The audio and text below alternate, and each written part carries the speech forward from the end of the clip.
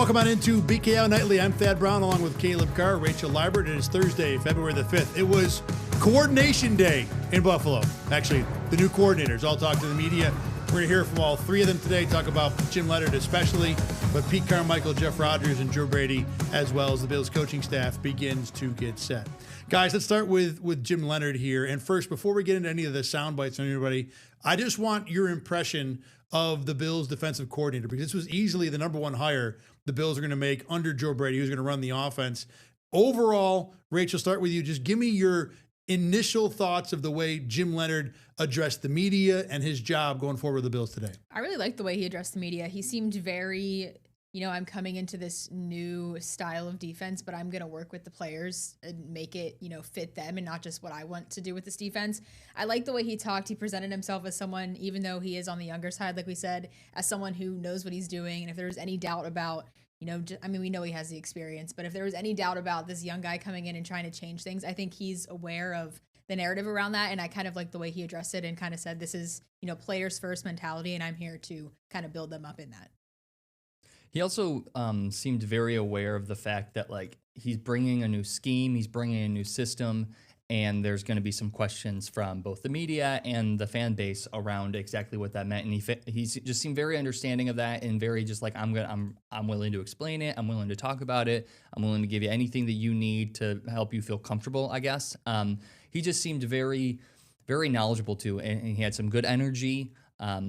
Like Rachel said, he composed himself well. He handled himself well. I thought all of his answers were very good. I thought he had a very good press conference. I agree. I thought he hit all the right buttons. He was extremely respectful of Sean McDermott. We had to basically pry it out of him. Hey, how's your defense different? Well, first, let me talk about how Sean McDermott's done great things. I don't think it was wrong. I think he did it exactly the way you should. So I was impressed for a guy who's going to be under the spotlight almost as much as Joe Brady is going forward, and who's never done it, at least at the NFL level. Again, I thought he hit all the right notes today. Speaking of hitting the right notes, Bills fans have been talking for a while about wanting a defense that attacks more than Sean McDermott. Here's what both Jim Leonhard and I think Joe Brady had to say about that today. We're going to be an attacking defense up front, in the back end. We're going to attack the football. That's the biggest stat in football is turnovers. So we're going to be aggressive. We're going to fly around. We're going to communicate. We're going to play well together, right? It is team defense. We're going to cause issues for offense, and we're going to force them to react to us, right? I don't want to counterpunch. We want to be a defense that is constantly evolving and growing throughout a game and throughout a season. It's not about, hey, this drastic scheme change, as opposed to, as we go through free agency and as we go through the draft, is collecting, once we get the talent of what we got and we learn the guys, we put together a scheme that fits around them and not the other way around. So Bills fans have not liked the Sean McDermott conservative style. I've heard a lot about why are the defensive backs sagging off, why aren't they attacking more, et cetera, et cetera. Caleb, how happy do you think Bills fans are with what they heard from Jim Leonhard today? I think they're thrilled because, like everything you just said, there's been a lot of criticism. I mean, not a lot of criticism over Sean McDermott's defense, but that the attacking is one of the main criticisms. And he pretty much everything he said today was attack, aggressive. We're going to go at the quarterback. We're going to go at the run game. We're going to force the quarterback to make mistakes. We're going to control the pace of the game, all that kind of stuff. He hit every single nail, I thought. Now, whether or not that actually works and that actually is the way to go, we have yet to see. But from Bills fans' perspective, that's exactly what you want.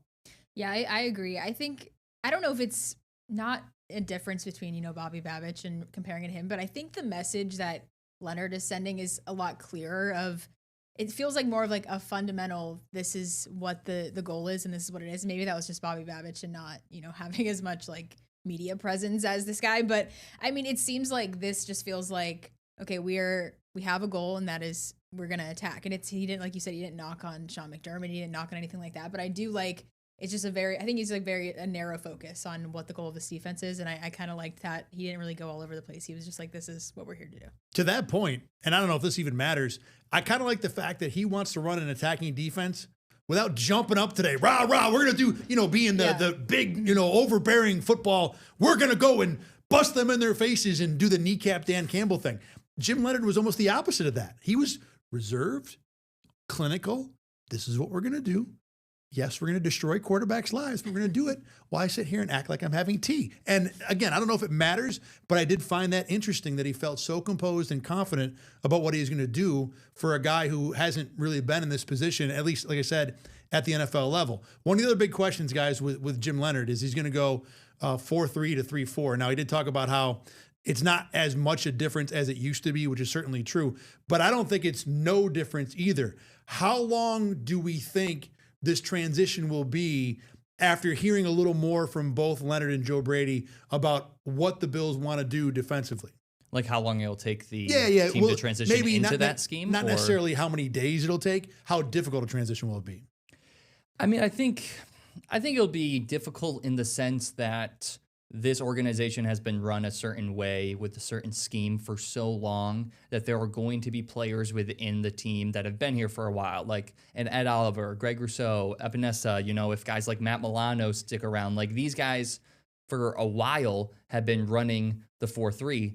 So it might take a little bit of adjustment there, but I mean, they're football players. They've played football. They know how to run different schemes. I don't think it's going to be too drastic, at least like in the locker room. I don't think it's going to be too drastic. Even if it is going to be a drastic change, another thing that the Bills said today, Joe Brady talked about how we want the scheme to fit the players, not the other way around. So no matter, I do think what will happen this year is that the Bills will be kind of in between where they would want to be ideally and what Sean McDermott does and where Jim Leonhard probably ideally wants to be. And then they'll make it work with what they got, which isn't exactly what the vision is, but for 2026, they'll figure it out. Yeah, that's exactly what I was thinking too. I mean, it's going to be a difficult transition, but just like you said, he wants the players to fit the scheme. I don't think he's going to come in and bring this scheme, force things to happen that aren't supposed to happen. So I think it is, I mean, for any defense, it would be a little bit of an adjustment, but I don't think it's going to be, a complete 180 of changing, the entirety of what this defense is. Another thing that Leonhard talked about today was the way he's kind of come up in football. Is he did a bunch of years playing where other guys would be maybe a graduate assistant in college or quality control coach or something like that, doing the grunt work when you're first starting out in coaching. And during that process, he talked about how he was always kind of in a similar system. He was in Rex's 3-4 defense, or actually he was way before Rex, but he played a lot of 3-4 stuff, I think, early in his career. The point he made, though, is that he kind of followed the same scheme from team to team to team, and he became the guy on teams who told everybody else where to go. So he was getting his coaching experience there. And more importantly, his transition to a new defense experience. Not him doing it, but explaining to other people how to do it. So the job he's going to probably do in the next 12 months with the Bills is something he says he's been doing through his whole playing career, which I was kind of impressed by. The other coordinator for the Bills, at least among the main two phases, and I know special teams fans out there are cringing at that sound. I'm sorry, everybody, is the offensive side of the ball. And Pete Carmichael. And Pete Carmichael is going to be the offensive coordinator. He's not going to call plays, but he's got the title of coordinator. So one of the questions we gave him today, to kind of paraphrase, is what the heck are you going to do? He did address that, and Joe Brady did today, and I thought the answers were both pretty interesting. When you talk about things that might come up with the head coach that he's got to deal with and he's not able to be in the room, that the message that he wants portrayed, whether it's to the coaching staff, the team, whoever, that I'm portraying the exact same message that he would want the players to hear. Maybe how are we running this route? How are we blocking this scheme? But he wants to make sure that the communication is as if he was in the room saying it. It's not like he's just sitting waiting around for me to make decisions. Like, he's taking control and he's rolling with it. And we spent a lot of time in the offseason of sharing, understanding what the vision and what we're building and putting it all together so that the offensive staff can continue moving forward. The offensive staff can move forward when I'm not in the room. And I know Pete can do that because I've sat there and seen how, the train keeps moving even when, Coach Payton wasn't in there. And so Pete Carmichael's job, Rachel, is to basically push the message, which is not without value. And I'm assuming there's going to be other things involved in terms of game planning, filming, all that stuff. But how much do we think he helps this team in that role? I think being a guy with so much experience, I think it's going to help. I am kind of not confused, but just more of why, like, what else is he going to do? I don't even know, like, with that answer, yes, he gave an answer, but I don't know if the answer was really clear of what he's going to do, except for I'm just here to do what Joe Brady tells me to do. I don't hate this because, like I said, I think it was last week or earlier this week, that if you're going to have a guy that's kind of just an assistant, I think this is the type of guy you want in that position. But I'm still kind of 50-50 on exactly, I guess, what his role is going to be, even though he said it. I don't know if like what goes beyond just pushing the message. I feel like why Carmichael, if like what about him stood out about pushing this message over the other candidates, I guess. But I mean, he's a guy with experience, so I don't hate the hire, but I'm just kind of confused, I guess. I think the analogy I'm going to throw at you, which feels a little extreme, but it's funny, so I'm going to say it. Have you seen the meme of the guys who are like helping to push the subway? You know, like the subway cars going. Have you seen these at all or no? You know what I'm talking about? Oh, yeah. They helped stop it. Oh, I've seen both. Yeah. I've seen those. It's like you're doing absolutely nothing. If you're in a subway, right, the subway cars are going to stop no matter what. Yeah. But they'll have these videos of the people who like look like they're holding the subway, like pushing the car to a stop. So they're really doing nothing, but it's just a joke. Yeah. The point you're making is Pete Carmichael is really good at stopping the subway cars, even if he's not helping as much, at least from what we can tell so far. Yeah, I think that's a good analogy. I just wonder like what. I mean, he gave the answer, but just what extends past that is just other than being this like middleman, it feels like. I know that they have had conversations behind closed doors, and I'm sure they've had much deeper conversations and gone much deeper into what his role is going to be than that we will never know. That we'll never know. But based off of, take this at face value of what Carmichael said and what Brady said, it almost seems like they have different ideas of what Carmichael's job is. Because Carmichael was just like, oh, I'm just gonna relay the message. Whatever Brady wants is what I'm gonna relay. But based off what we've heard from Brady, both today and earlier in the week or last week, when he was talking about coordinators, was he doesn't want just a cookie cutter of himself. He doesn't want Carmichael to just relay his message. He wants Carmichael to help with stuff, have ideas and all that kind of stuff. And now I'm sure that he will, like we've said. Maybe it's just Carmichael doesn't like talking to the media. I don't know. I've never seen him before talk to media. He's been a coordinator for decades. He should know what he's doing. So he should know. But based off his response, it's just like all he's going to do is relay the message. But similar to what Rachel said, he does bring a lot of valuable experience. So even if he's just kind of there to bounce ideas off of, I'd rather have someone who's been in the business and knows what he's doing than some second, third year guy to bounce ideas off of. He is, like we said, good at his job. It's funny when I brought this up to you guys before the show started and you both kind of rolled your eyes with the whole Pete Carmichael thing, that I was surprised because I didn't come away that skeptical. But the point you're making about not wanting a cookie cutter, yeah, they're almost literally saying that's who they've hired. And even if he's good at the job, it does kind of go against what Joe Brady said last week. And even if it does make sense, it goes against what Joe Brady said last week. The other thing I was a little skeptical about, and this isn't a huge deal, but Joe Brady said that Pete's going to prepare to call plays. Well, why? You're the one who's calling the plays. Why is Pete wasting his time getting ready to call plays? I know that you want the backup quarterback to prepare like the starting quarterback. Well, the backup quarterback doesn't have anything else to do. Pete Carmichael, in theory, could be out there researching strategies and could be doing other things. So although I don't have as much problem as I think you guys did, I do understand where you're coming from of Joe, you said you didn't want a yes man, and we're figuring out this guy's job is literally to be a yes man, more or less.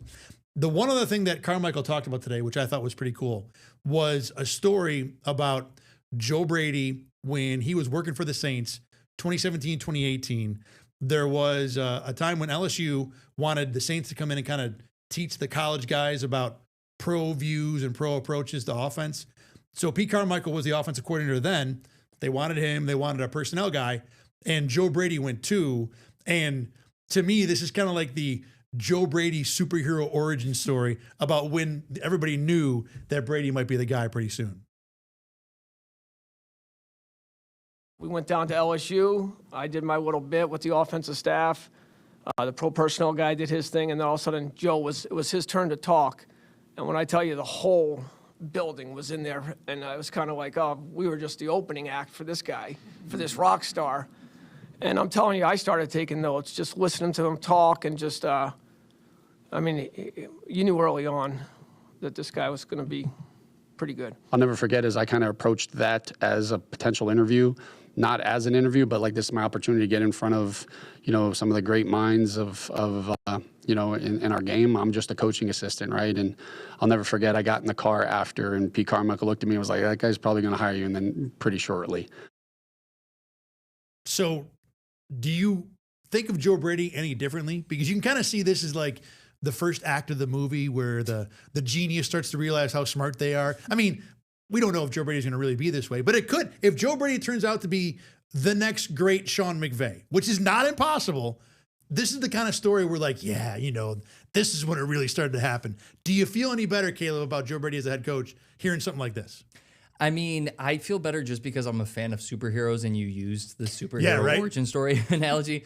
I can't say that I feel better. It definitely makes me feel good. It makes me feel more confident. But I mean, I think I kind of already was on the side of like, Joe Brady's a little bit smarter than some people are giving him credit for, and he can work in offense. I mean, the thing that fans keep saying is, oh, wide receiver screen, he's going to run up the middle.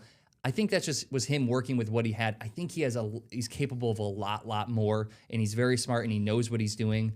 So I think this just gave me more confidence in what I already had, if that makes sense.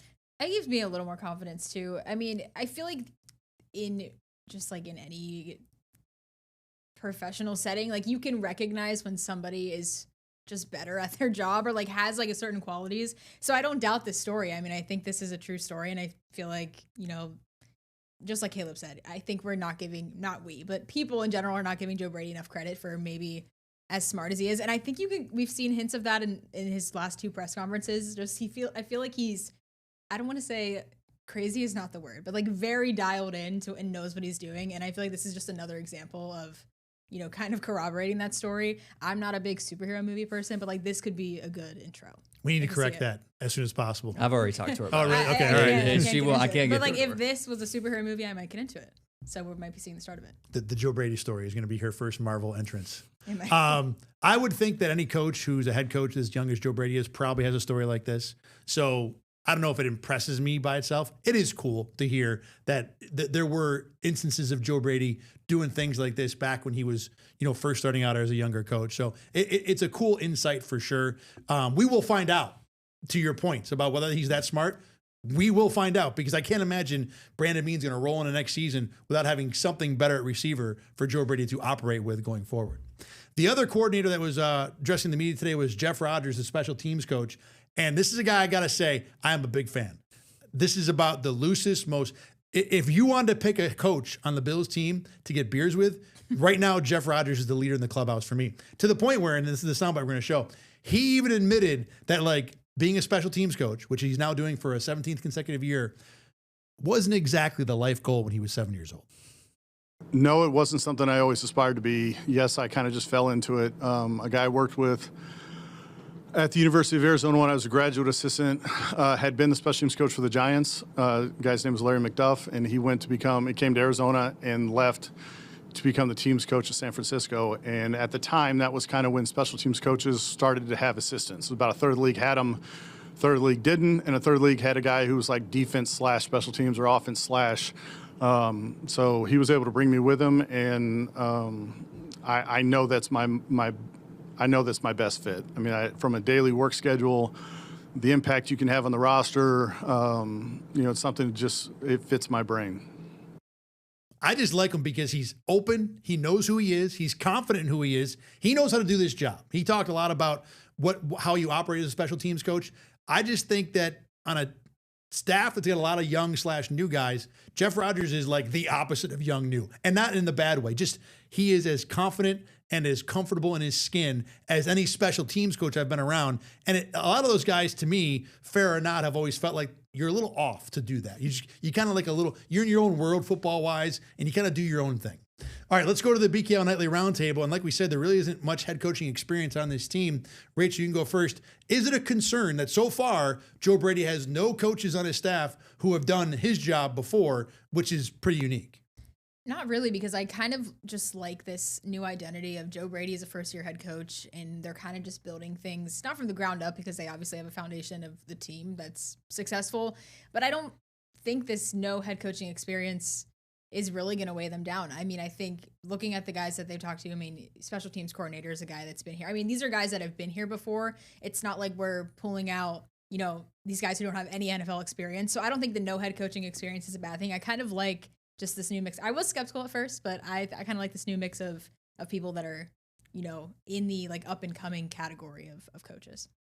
I I think it's maybe a tiny bit concerning only from the point of view of, like you said, there's nobody, this is Joe Brady's first time. There's nobody for him to kind of go to for advice within the coaching staff. But I do think that the way that their experience levels can help him in other ways, because he doesn't really have to worry about special teams because Rodgers has been doing this for so long. He can have confidence in Rodgers. He doesn't have to worry about it too much. He doesn't really have to worry about some of the offensive stuff, because I know we just kind of threw a little bit of hate towards Carmichael, but Carmichael's been doing this for so long that he can give him stuff and trust it. Leonard's really the only one, but I think he's kind of proven himself in other ways that he knows what he's doing in a sense. So I think he's kind of surrounded himself well, although they might not have head coaching experience where he can go to them directly as like, this is a head coaching specific question I have.